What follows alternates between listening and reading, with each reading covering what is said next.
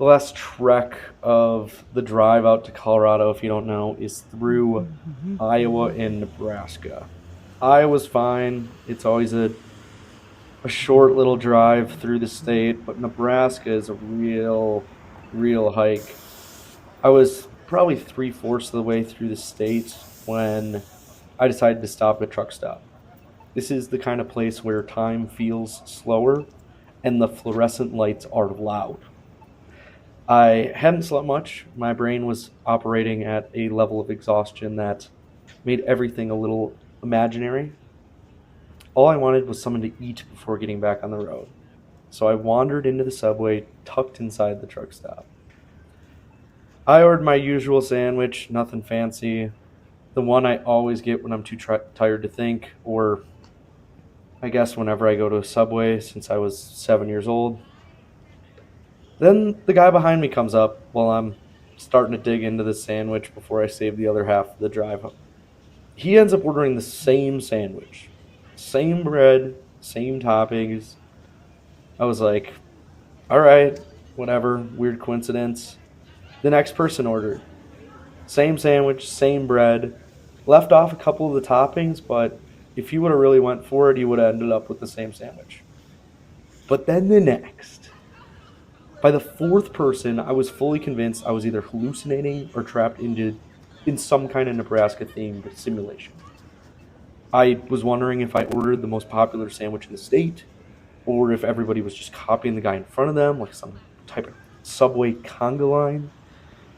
It wasn't until I was back in my car, flabbergasted, but it hit me. Nobody in a Nebraska truck stop late at night is ordering anything exotic. We're all ordering the same thing because everyone orders the same thing at Subway.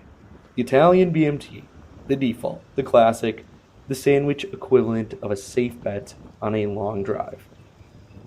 I talked myself down. I was not witnessing a glitch in the matrix.